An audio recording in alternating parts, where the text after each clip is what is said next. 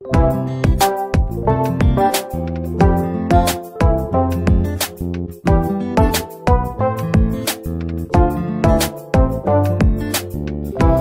everyone! Welcome back to my channel. It's me, Nikki, your Filipina homemaker. Dito tayo muli sa ating kusina.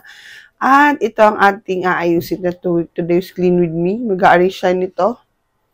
Yan, nasa taas na yun kasi napakadumi or hindi siya organized. Tatayo ko ng ganon.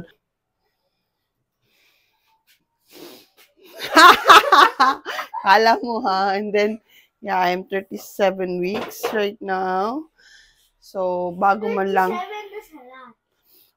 lamang tayong mga anak ay maayos natin tong taas na to. Uminom ka lang ba dito kahapon na? Magagalit si tatay, no? Just water. Or there's an Aquarius there. Okay. Hindi kasi siya pwede ng another drinks. Aquarius lang sa water lang ina-allowed namin. So, minsan, ina-allowed ko rin naman siya minsan ng mga chocolate drink, ganyan. Pero, normally talaga, tubig or Aquarius lang.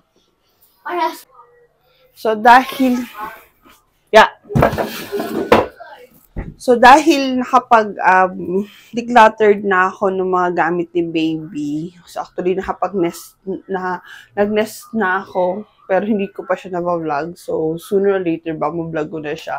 Ito muna kasi talaga na-stress na ako sa sobrang kalat na ng mga baking materials ko. So, ayan. Meron akong extra dito isang plastic forte. Actually, dati guys, ang ganda ng quality nito. Ewan ko kung bakit nagbago yung quality nito nyo. Madali na siyang masira. Pero ayusin na lang natin.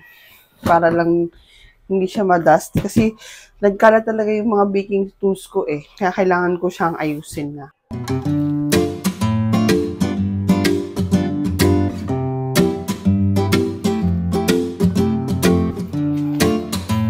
So, first na gagawin ko ngayon is i-remove ko lahat yung mga nandun sa taas. And then, magwa-wipes lang tayo ng kaunti gamit ng spray na anti-cal. And then, after that, ibabalik na natin sila paunti-unti.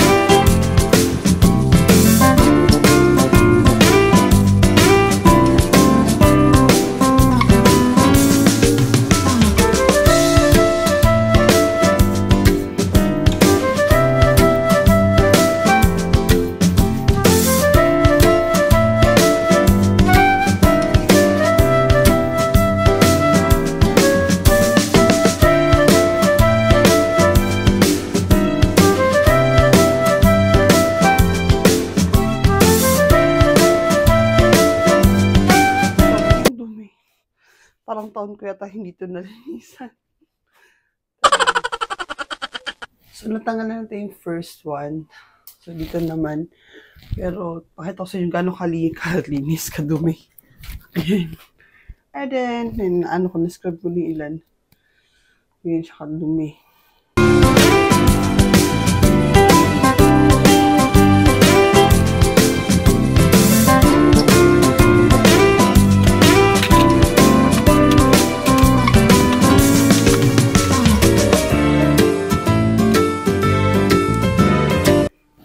So, leave it done. So, dito naman sa wall, sa ano ko, is, nandito yung mga, ano lang din. Actually, mga, hindi ko man napuntahan yung iba dito.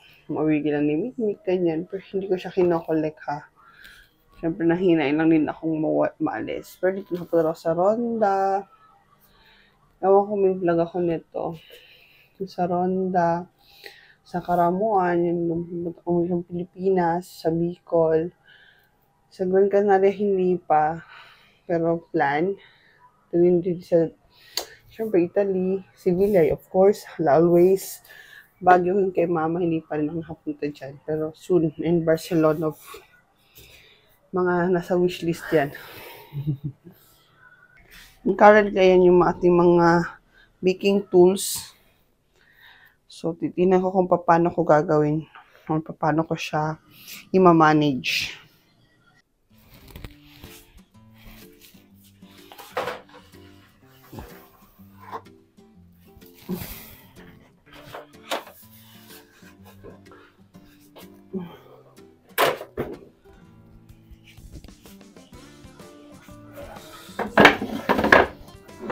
Plano ko rin pala bumili rin dito ng stool na maliit lang, na plastic.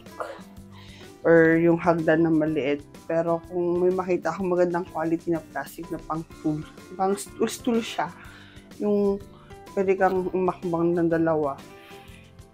Good na rin yun pag lumaki na rin si Samantha. So, yan the future plan. Yung mga nasa wish list ko na kailangan kong bilhin in the future.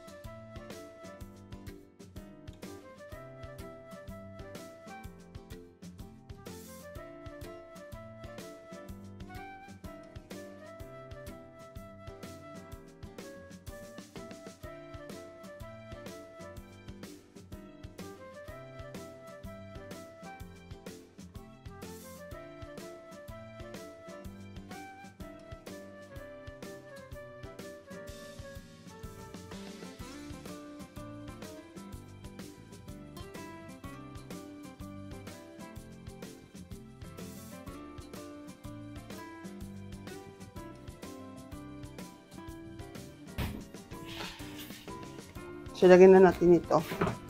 So, di ko alam kung paano ko siya i-arrange. Pero let's see. Pero try, muna, gusto ko itapon itong tapa or itong tahip. Kahit ganyan yan. Kaso nga lang, dito kasi kung walang exhaust fan, tas parang pag nagprito or something, naglalagit talaga yung paligid. So, kailangan ko siyang i-keep. So, I think that's fine. So, ganito. Kasi para may ano pa ako, space ako dito. So, nasimulan na natin.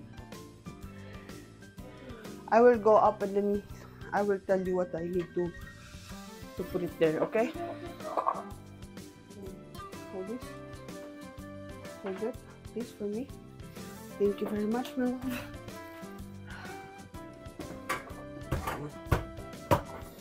Now, no. I want to put it here.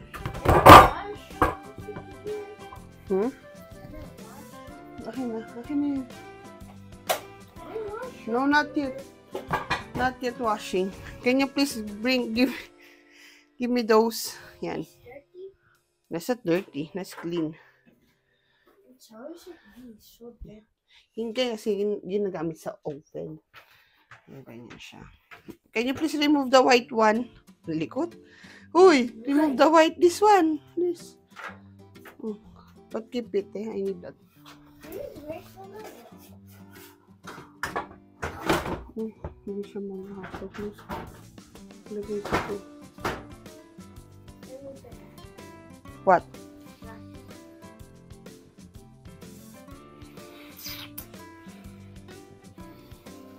Problem.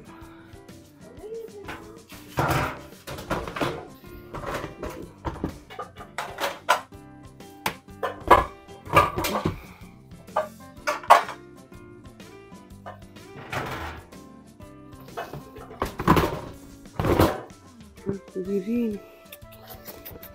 Oh no. Negative 2. Vale.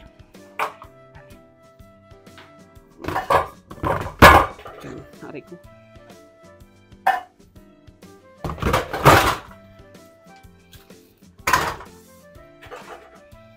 Okay na yan.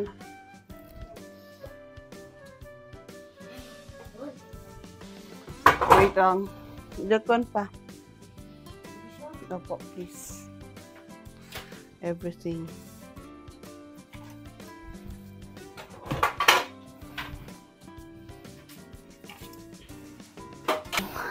Pang transition ko. Pero okay na siya, guys. So, ito, alisin ko na lang to. Lilipat ko doon. Para may lagay ko dito yung mga ibang mga materials na, mga, dito, mga, hindi sangkap, appliances. Tapos, ito na yung current situation niya. So, ayan. So, dito yung mga materials na minsan ko lang magamit. Occasionally lang siya.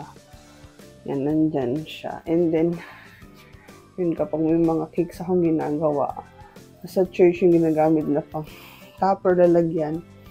And then, kung may mga cakes, occasional din dito. So, dito sa part na to, siguro, may gagawin pa ako dyan. So, yun yung pinaka, gusto yung mga nasa baba. Mga appliances na lang yung konti na lang.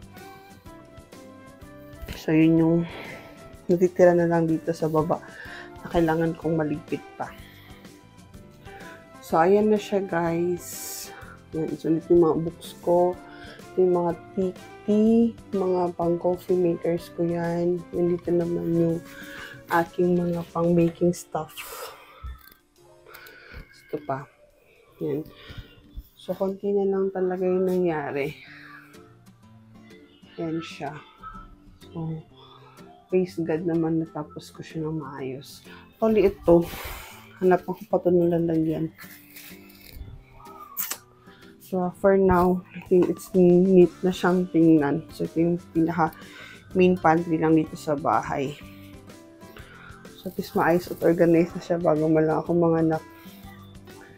So, if you like this kind of vlog, so yan, comment down below na lang din kung halimbawa nakarating ka sa end ng vlog na to na ano pa yung mga question nyo or about sa pag-declutter.